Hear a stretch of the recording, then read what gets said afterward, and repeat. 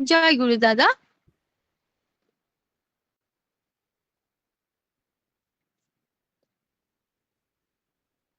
জয় গুরু জয় গুরু। পরম প্রেমময় পরম দয়াল শ্রী শ্রী ঠাকুরের রাঙারাতুল চরণে এতক্ষণ যারা নামামৃত সুধা পান করলেন, তাদের মানব জীবন শ্রেষ্ঠ জীবনের একমাত্র উদ্দেশ্য ঈশ্বর প্রাপ্তি, তা যেন এ জীবনেই সফল হয়, এই কাতর প্রার্থনা।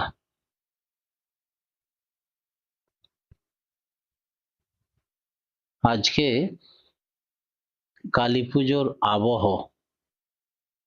এই কালী সম্বন্ধে একজন বিজ্ঞানের শিক্ষকের দৃষ্টিতে মা কালী, কালী তত্ত্ব, দি টাইম পার্সনিফাইড। শাস্ত্রে বলছে যে কালকে যিনি কলন করেন তিনি কালী। এখন কলন করা কাকে বলে?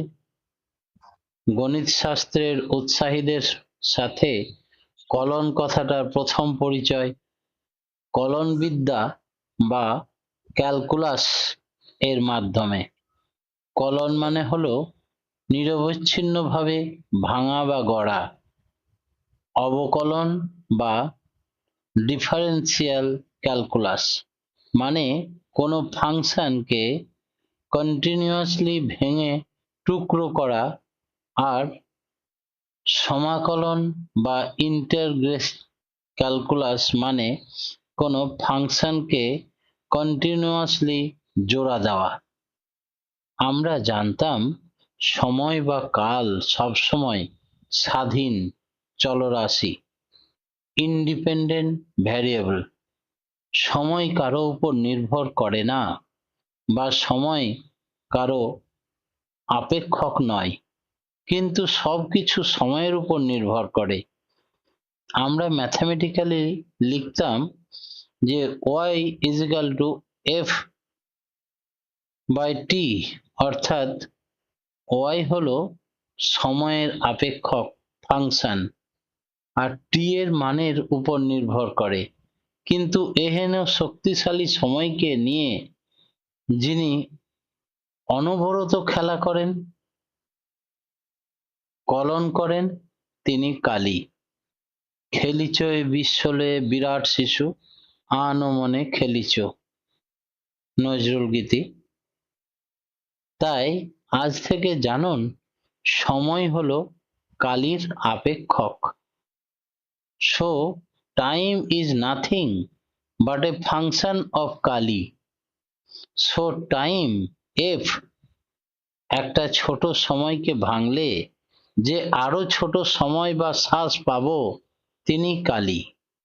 আমাদের প্রত্যেকটি নিঃশ্বাস প্রশ্বাসে যে অনবরত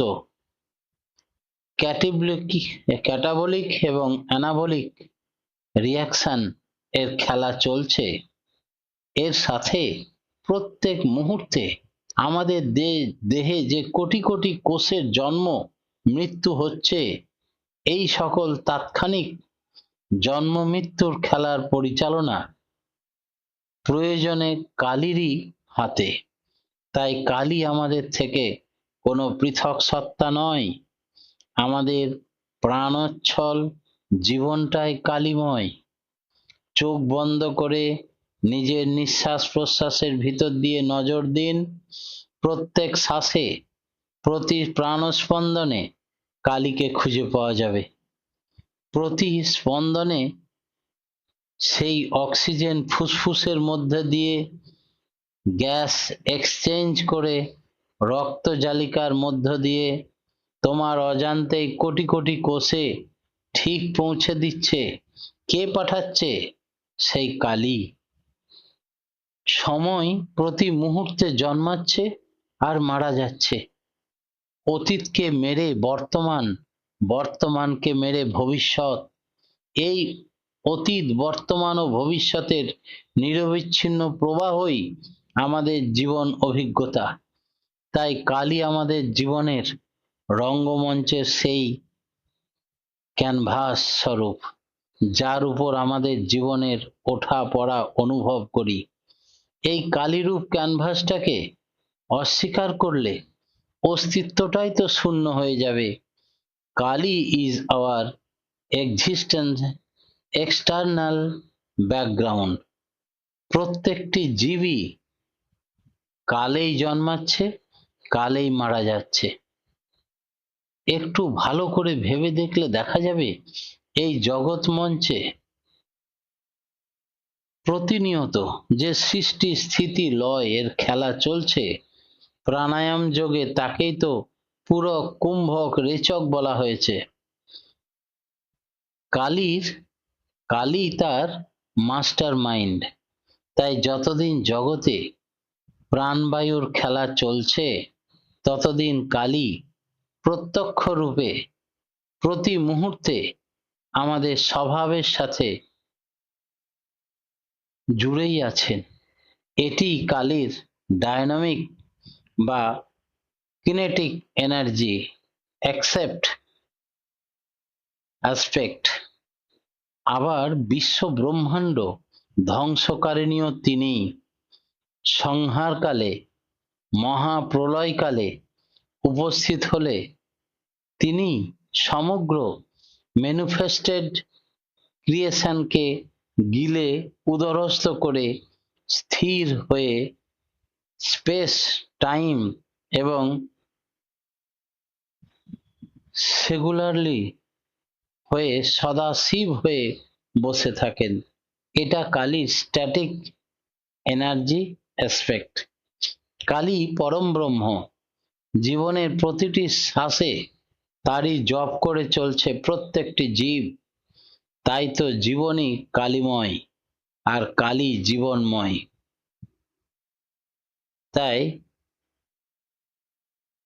এই কালী পূজার মাহাত্ম্য আমাদের প্রত্যেকের অন্তরে প্রতি মুহূর্তে চলছে কালীর ক্রিয়া। পলকে বহিছে চারি যুগ, সত্য ত্রেতা দাপর কলি। কোন মুহূর্তে কাল তাকে গ্রাস করে ফেলবে তার জানা নেই। তাই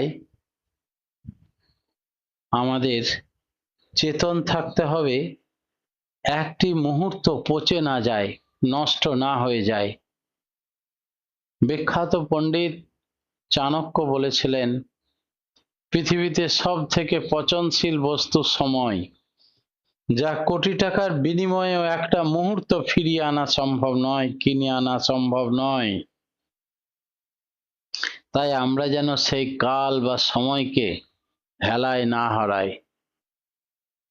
এই কালের খেলা আমাদের শরীরের রক্ত, আমাদের শরীরের শ্বাস প্রশ্বাস অবিরত চলতেই থাকছে, নষ্ট হয়ে যাচ্ছে, পচে যাচ্ছে, জন্মাচ্ছে, আবার হচ্ছে। আমাদের সময়ের সঙ্গে সঙ্গে তাল মিলিয়ে গোটা শরীর পর্যবেক্ষণ করলে কালীর লীলা, কালীর খেলা নিত্য অনুভব করতে পারি প্রত্যেকে। তাই ঠাকুর বললেন, এই কালীর কালকে আমরা ঘড়ির কাঁটার মতো প্রত্যেকটা মুহূর্তকে যেন ঈশ্বরের গুণগান কীর্তন করতে থাকি, মা ভৈরবে নাম করতে থাকি, তাহলে কালীর গ্রাস থেকে রক্ষা পাব। কোনো অনিষ্ট হতে পারে না। যখনই আমরা প্রবৃত্তির মতে মত্ত হয়ে নিজে চলতে থাকব, আদর্শ, নিষ্ঠা, ভগবান এগুলো ভুলে যাব, তখন কালের প্রেত নৃত্য শুরু হয়।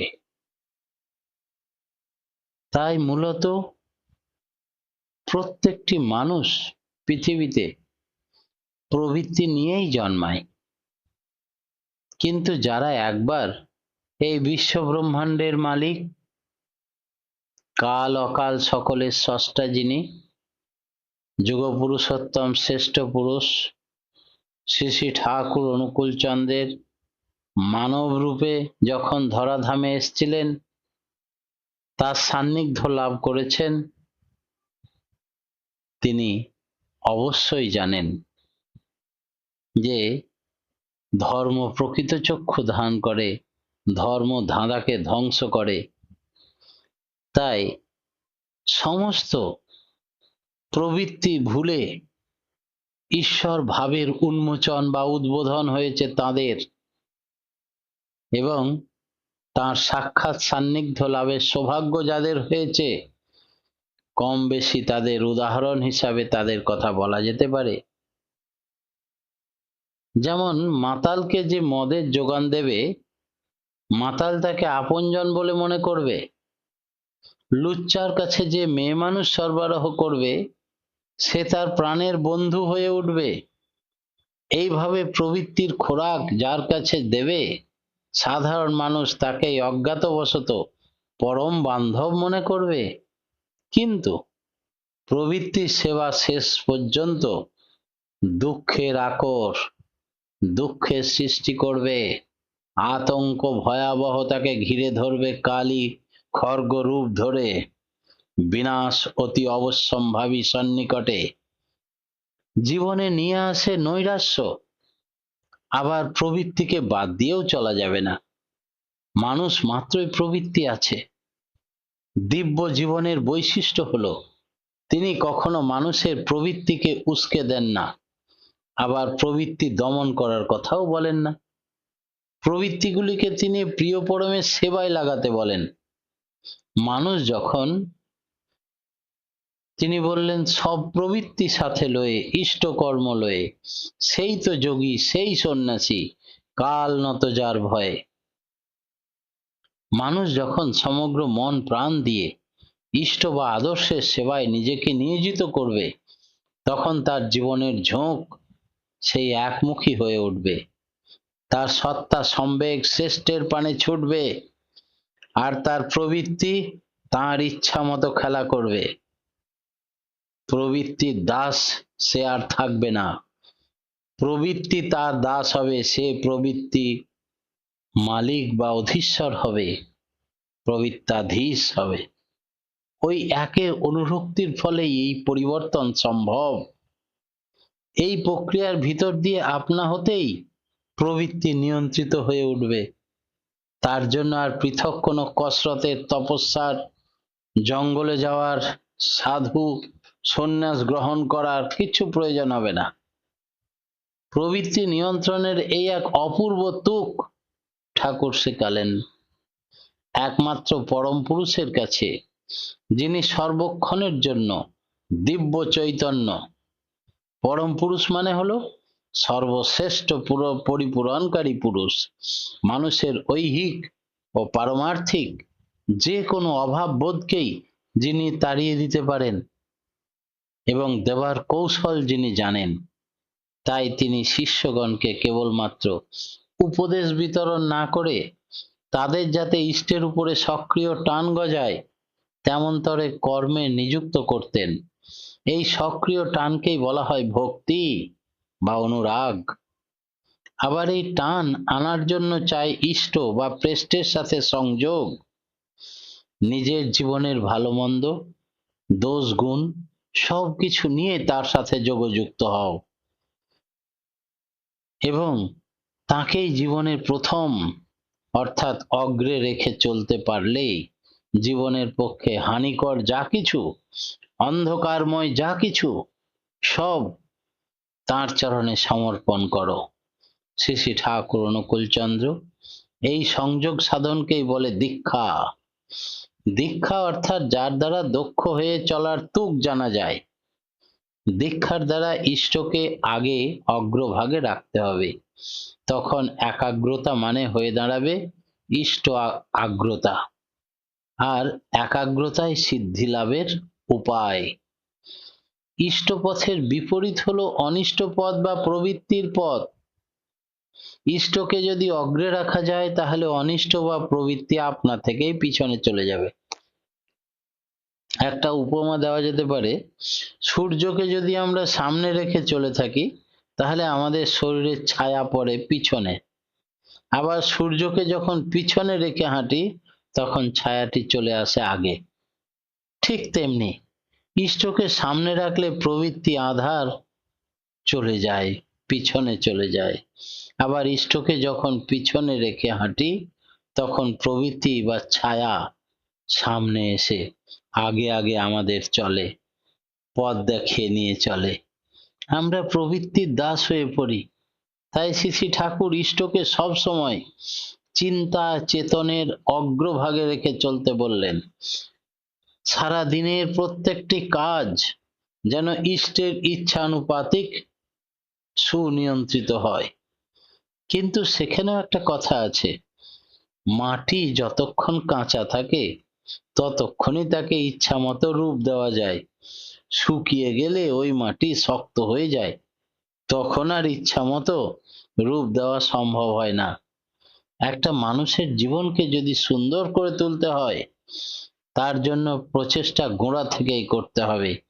আধো কথার সময় থেকে করে করিয়ে যা শেখাবি, সেইটি হবে উত্তম ছেলের, হিসাবে চল নয় পস্তাবি। ঠাকুর রামকৃষ্ণ দেব বললেন, চারা গাছে বেড়া দিতে হয়, তখন ওই চারা গাছ মোটা হয়ে বড় হয়ে গেলে হাতি বেঁধে রাখা যায়, আর বেড়ার প্রয়োজন হয় না। আর যদি আমি বেড়া না দিই, তাহলে ছাগল গরুতে মুড়িয়ে খেয়ে নেয়, আর বড় হতেই পারে না। তাই প্রথম বয়সে মনটা নরম থাকে। সংসারের ঘাত প্রতিঘাত কুটিলতা শিশু মনকে বিষিয়ে তুলতে পারে না। তাই দিব্য জন্ম কর্মের অধিকারী যারা, তারা শিশু বয়স থেকেই সকলকে সেও নিরুদ্ধ করে রাখার কথা বলে। ওই 12 বছর বয়সী দীক্ষা শিক্ষা, ওই সময় থেকে একটি শিশুকে যে শিক্ষায় অভ্যস্ত করে তোলা যাবে, তাই তার সারা জীবনের নির্ণয় ভবিষ্যৎ জীবন গড়ার হাতিয়ার হয়ে উঠবে। শ্রী শ্রী ঠাকুর বলেন, শিশুরা যখন কথা বলতে শেখে, তখনই তাদের সৎ নাম দেওয়া উচিত। 12 বছর পূর্ণ হলেই তারা যেন সৎ দীক্ষা পায়। কারণ দীক্ষার ভিতর দিয়ে মানুষ যে শক্তি লাভ করে, তাকে রক্ষা করে চললে সে আর কোনোদিন পথভ্রান্ত হবে না। তাই সংসার যাত্রা শুরু করার প্রাক্কালেই প্রত্যেকের হাতে এই শক্তিশালী রক্ষা কবচ, দিক নির্ণয়ের ক্যাম্পাসটা তুলে দিতে হবে। অবশ্যই বিশেষ ক্ষেত্রে অবস্থা বুঝে 12 বছরের আগেও নাম দেওয়া যায়। দীক্ষার ব্যাপারটা যেন জীবন গাড়িকে ঠিক রাখার, ঠিক রাস্তায় টেনে এনে দাঁড় করিয়ে দেয়। তাতে তার যোগ্যতা বার হয়, এবং চালক বসিয়ে দেওয়া হয় সেই গুরুকে, যাতে গাড়িটা বেপথে না চলে, অ্যাক্সিডেন্ট না করে, ভেঙে চুরে না যায়। কথাই বলে, সময়ের 1 ফোঁটা, অসময়ের 10 ফোঁটা। কাঁচা বয়সে দীক্ষা হয়ে গেলে পরে আর পস্তানোর সুযোগ থাকে না। প্রবৃত্তিগুলি নিয়ন্ত্রিত করা সহজ হয়ে ওঠে। কিন্তু শৈশবে সদ্গুরুর দীক্ষা গ্রহণ করার সৌভাগ্য যদি কারোর না হয়ে থাকে, তবে তার প্রবৃত্তি গ্রন্থি বিনায়িত করার উপায় কি?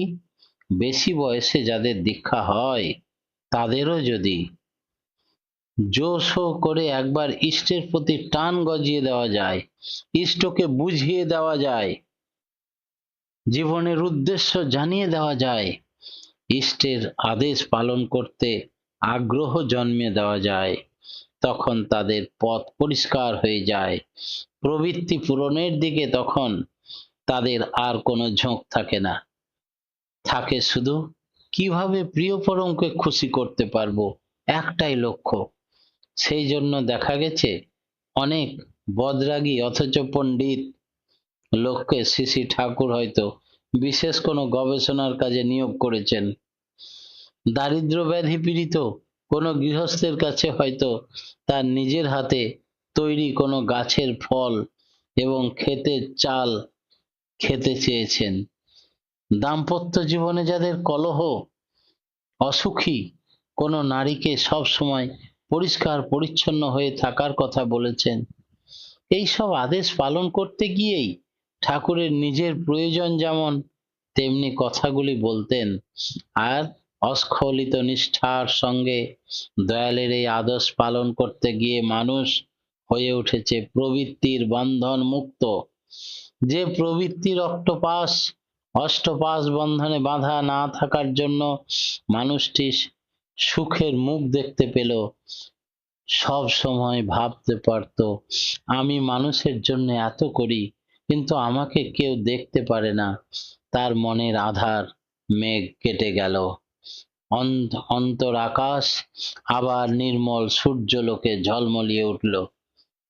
মরা গাঙের জোয়ার এলো, মরা ডালে নতুন পল্লব গজালো।